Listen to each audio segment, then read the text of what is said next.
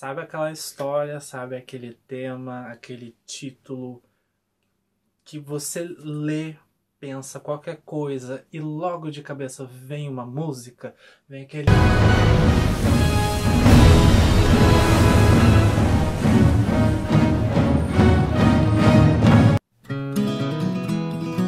Olá, e bem-vindo de volta ao Cantinho do Tio.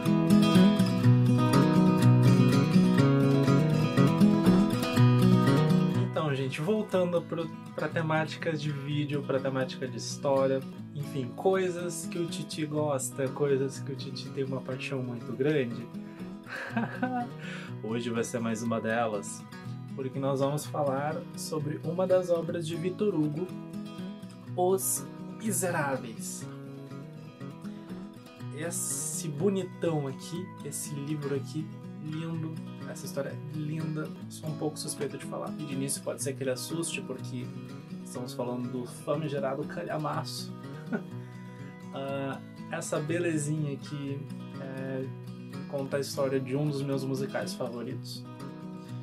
Então tá sendo uma experiência incrível, mas enfim, eu vou contar isso mais no decorrer do vídeo. Tô me enrolando, vamos voltar. Eu tenho duas edições. Eu tenho essa daqui muito grande, mas eu tenho uma outra menorzinha dividida em 2 volumes, então eu tô lendo nessa, fazendo as minhas anotações nessa e comparando com a outra ali. Sem mais enrolações, vamos falar sobre Os Miseráveis. A propósito, esse vídeo vai ser meio que uma mistura de diário de leitura com resenha, porque eu pensei, eu não vou esperar ler todo o livro para vir conversar sobre o livro, porque né, o livro é grande, a história é muito extensa. Então, ou o vídeo ficaria muito longo, ou coisas lá do início da história, por mais que eu faça anotações e tudo mais, fique um pouco perdido na minha memória. Então vou fazer esse diáriozinho de leitura aqui, misturado com essa resenha / diário. Então, cuidado, pode ser que tenha um pouco de spoiler. Eu vou tentar não dar muito spoiler da história. Inclusive uma curiosidade, Os Miseráveis não é uma história baseada na Revolução Francesa, porque a Revolução Francesa ela aconteceu nos anos de 1789 a 1799 e Os Miseráveis ele se passa em 1862, alguns anos depois da Revolução. Enfim, como eu falei, ele pode assustar porque ele é um livro grande. Livro realmente grande. Eu não sei quantas páginas tem, porque eu não gosto de saber quantas páginas os livros têm. Mas enfim, Os Miseráveis ele é dividido em 5 partes.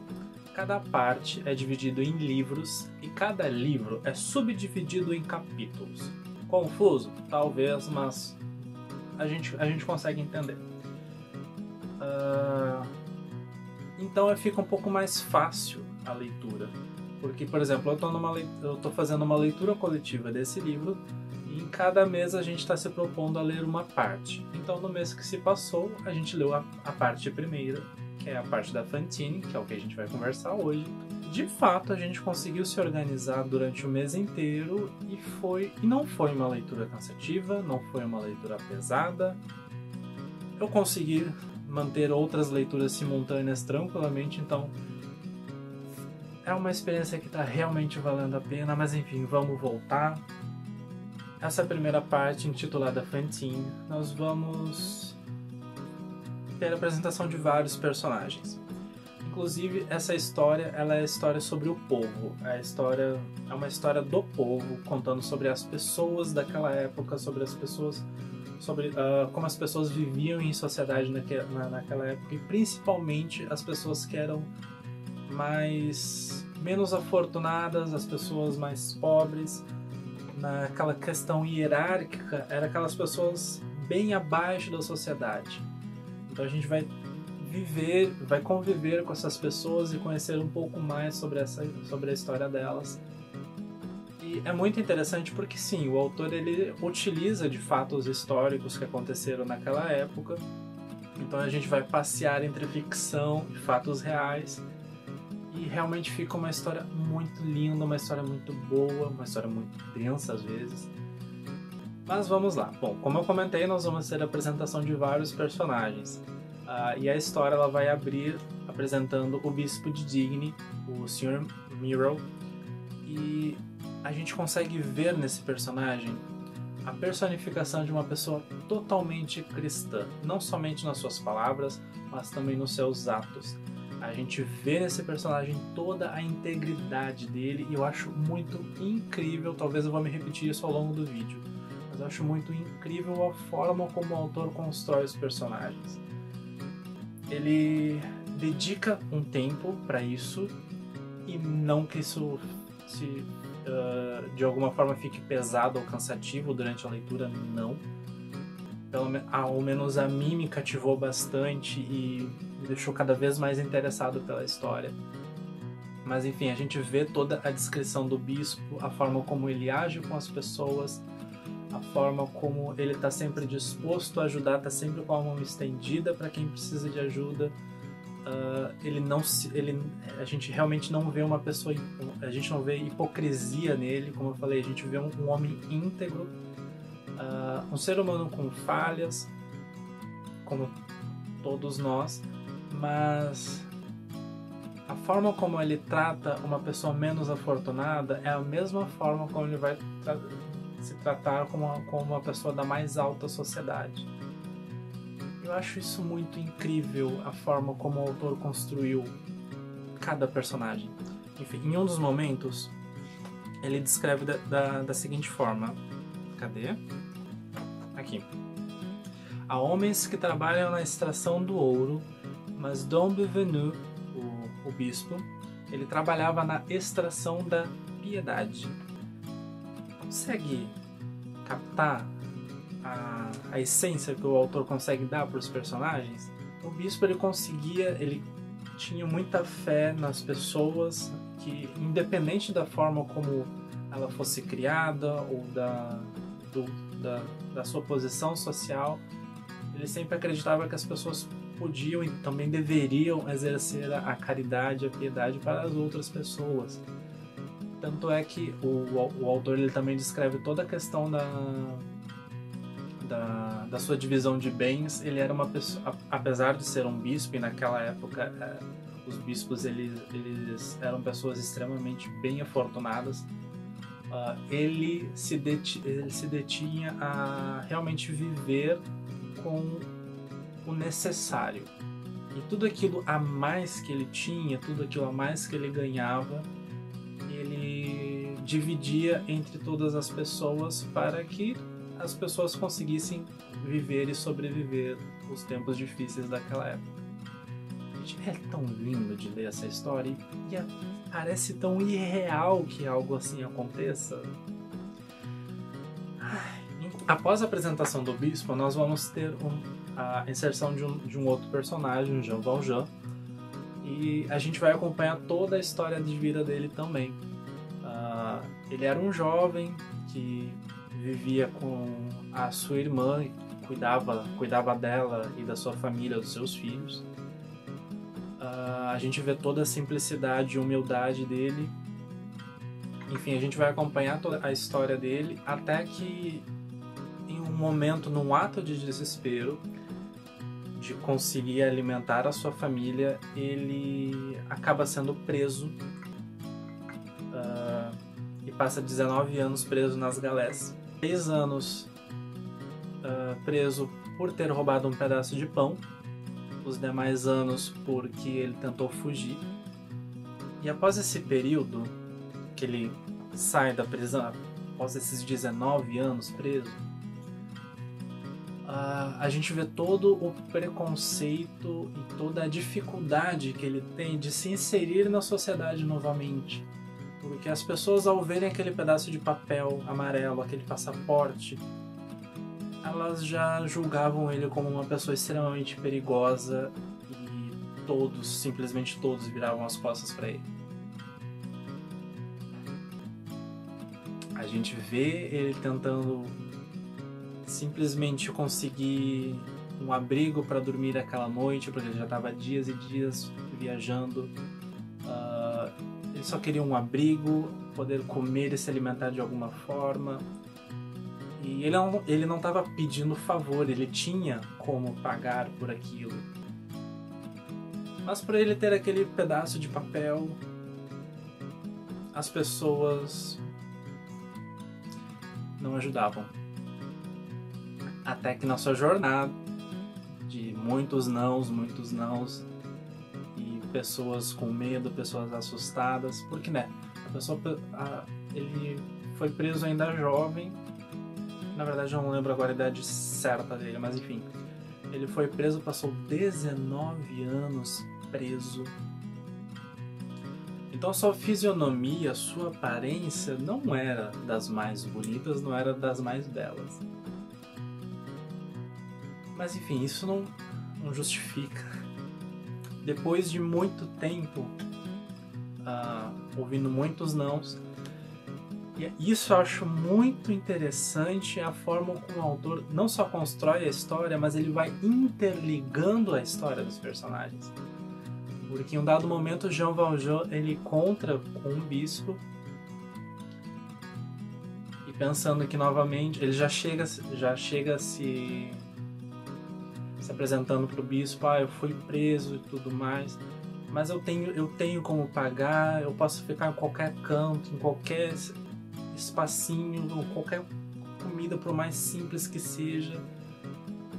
Ele só queria um pouco de ajuda.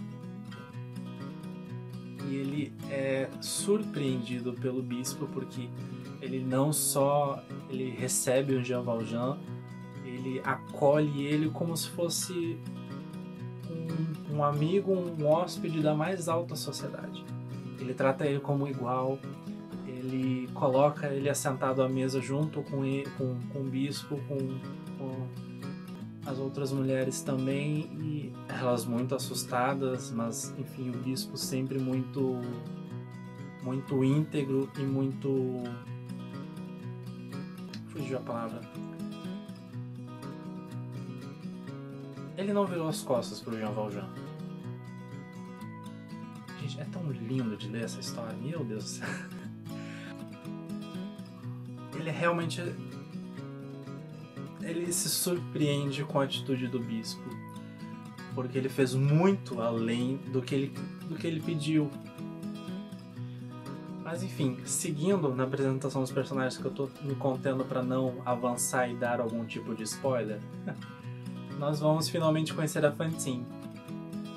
E de novo, ela é descrita como a mais bela das mulheres, e não só no quesito estético, porque realmente ela era muito linda fisicamente, muito linda, os olhos muito lindos, o cabelo, o sorriso. Ela era realmente uma mulher muito linda fisicamente, mas a beleza também não era só no físico, mas no interior, porque ela era uma mulher extremamente pura, ingênua e bondosa. Tanto é que em outro momento o autor ele cita como Fantine era um desses seres que desabrocham à margem da sociedade. Ela realmente destoava das pessoas que estavam ali na volta dela. Principalmente das amigas, das amizades que ela fez naquela época com quem ela convivia. Ela era bem diferente. Até que em um dado momento ela se apaixona perdidamente por um jovem, ela se entrega totalmente a ele. Só que esse cara, em questão de horas, ele simplesmente abandona ela grávida. E ela se vê ali sozinha, desamparada e pensando como é que ela vai fazer para sobreviver e o que ela vai fazer. Não só, além da questão de sobrevivência, a principal preocupação dela é como ela iria cuidar da Cosette, a sua filha. Sabe aquela história que, tipo, que a gente vai criando uma expectativa e, tipo, a gente vai esperando que algo bom aconteça e aquele algo bom acontece, a gente fica naquela coisa, tá aí, será que vai continuar assim? Será que vai seguir assim? É mais ou menos assim que eu me sentia lendo a história. A Fantine ela vai se encontrar com completamente sozinha, com aquela preocupação de como vai fazer para sobreviver e principalmente cuidar da sua filha. Até que em um dado momento ela encontra uma família e ela tem esperanças de que ela possa deixar a sua filha com eles, se prontificando de mandar uma quantia de dinheiro mensalmente para, enfim, arcar com as despesas que eles possam ter com a filha dela, para que essa família consiga, enfim, cuidar dela enquanto ela tenta reconstruir a sua vida para posteriormente vir e voltar e buscar a Cosette e ambas viverem juntas novamente. O que Fantine não imaginava é que essa família seria, esse casal, acho que é o pior tipo de humano possível na sociedade. Nossa. Seguindo com a nossa história, nós vamos ver o pai Madeleine, que ele é um homem extremamente bondoso, justo, que ele não nega ajuda a quem necessita, ele oferece o trabalho, ele oferece o pão para quem precisa de ajuda, para quem tem necessidade. E toda essa personalidade dele, esse jeito dele, ele conseguiu transformar por completo uma cidade inteira. Tanto é que todos aqueles que realmente precisam de alguma coisa, eles podiam chegar diretamente a ele para pedir ajuda. Outra forma que... Tanto é que o autor ele cita que Madeleine ele exigia dos homens boa vontade, das mulheres pureza de costume e de todos probidade, que seria a observação rigorosa dos deveres, da justiça e da moral. E o que vamos perceber com o passar da história é que o pai Madeleine na verdade era Jean Valjean. Dentre alguns acontecimentos que aconteceram lá com o bispo, nós vamos ver toda uma transformação de vida do personagem. Só com alguns, não só aquilo que eu já comentei aqui, mas algumas outras coisas que o bispo fez para Jean Valjean impactou ele de tal forma que mudou completamente o personagem. É incrível. A Fantine ela vai chegar nessa cidade para reconstruir a sua vida e consegue emprego na fábrica do pai Madeleine. E até então parecia que estava indo tudo muito bem. E eu vou parar por aqui, porque se eu seguir falando mais da história aí vai ser bem mais spoiler do que eu já dei até aqui. Então eu vou me conter, porque eu não quero estragar a sua experiência caso vocês também estejam lendo Os Miseráveis. Agora eu preciso contar um pouco como está sendo a minha experiência lendo Os Miseráveis. Tá sendo algo surreal. E não só porque eu já gostava do musical, porque eu já conhecia a história, mas a forma como o autor ele escreve, a forma como o autor vai construindo a história, é algo tão bonito, é algo tão lindo de se ler, muito emocionante, diga-se de passagem. A forma como ele vai acrescentando os personagens, seja para dar continuidade na linha narrativa da história, ou seja para exemplificar ou para pontuar algum acontecimento. A forma como ele vai construindo também os personagens, por exemplo, o casal Thénardier, se não me engano, que é o casal que está cuidando da Cosette, é um casal extremamente repugnante. Eu sinto uma repulsa, um ódio, porque são pessoas extremamente horríveis. O que o Bonvenil tinha de integridade, eles tinham completamente o oposto. Outra coisa que eu acho muito incrível é a forma como o autor ele vai construindo a personalidade dos personagens e a forma como a gente realmente consegue entender como é que cada personagem é. Por exemplo, o Inspetor Javert, eu não tinha comentado nele antes, mas enfim, ele é o inspetor de polícia extremamente rigoroso, tanto é que a forma imponente dele, não somente só da personalidade dele, mas enfim, é algo que realmente causa temor a qualquer pessoa na presença dele. Tanto é que eu separei um trechinho aqui.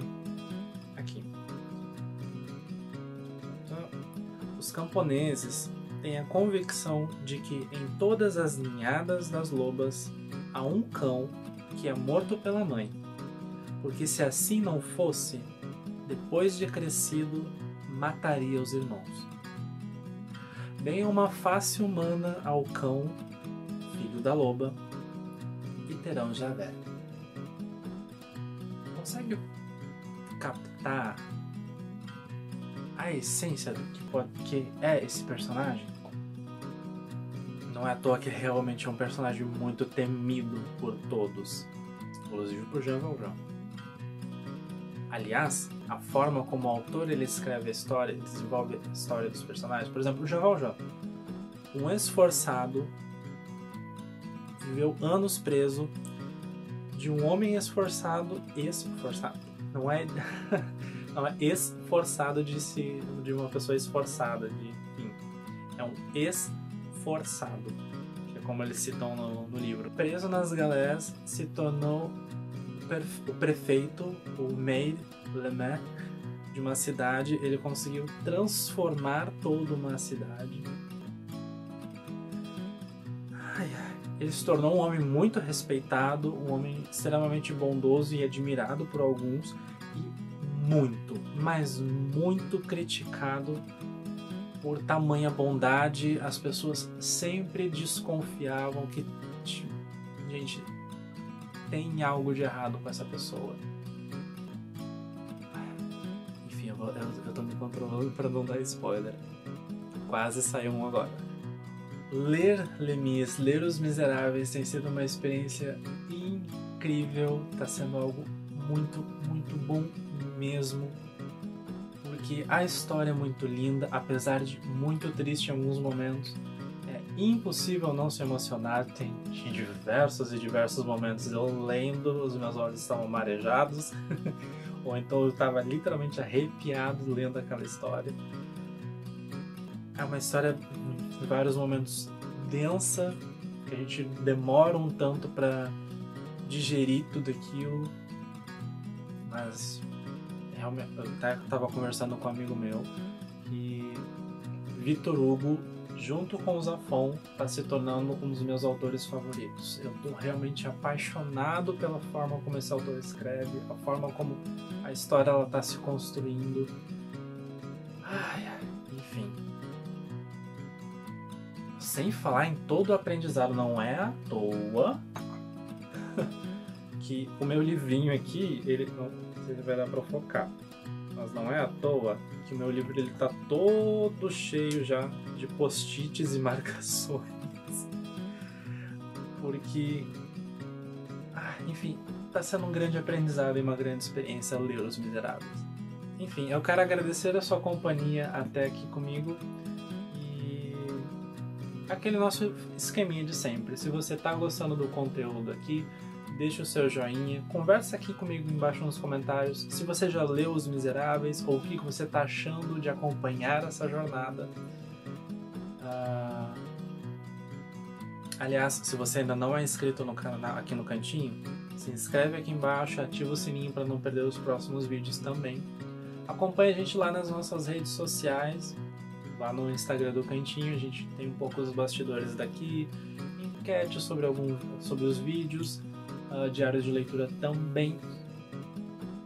E, enfim, eu espero mês que vem voltar aqui para conversar um pouquinho mais das próximas partes de Os Miseráveis. Essa história é tão bonita e, gente, realmente vale a pena a leitura.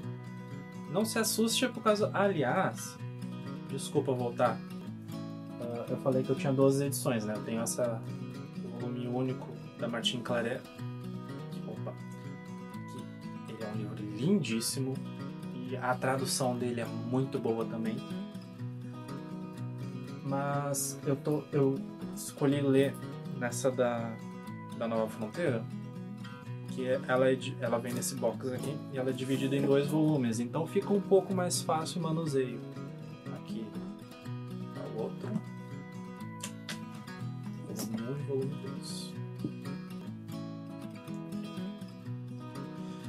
Agora sim, gente, de novo, obrigado pela sua companhia aí. Nós nos vemos no nosso próximo encontro. E eu vou indo lá porque eu preciso de mais café. Até mais, gente. Talvez eu me perdi. Eu falo que eu me empolgo com vídeos, histórias que eu gosto. Porque o Titi já se perdeu de novo. Deixa eu pegar mais café aqui. Essa xícara cabe pouco café. Gente, o meu lenço tá lá atrás agora que eu fui ver. Ai, Brasil. Tô focado. E seguindo com a história, que eu não posso seguir porque eu tô me ajeitando.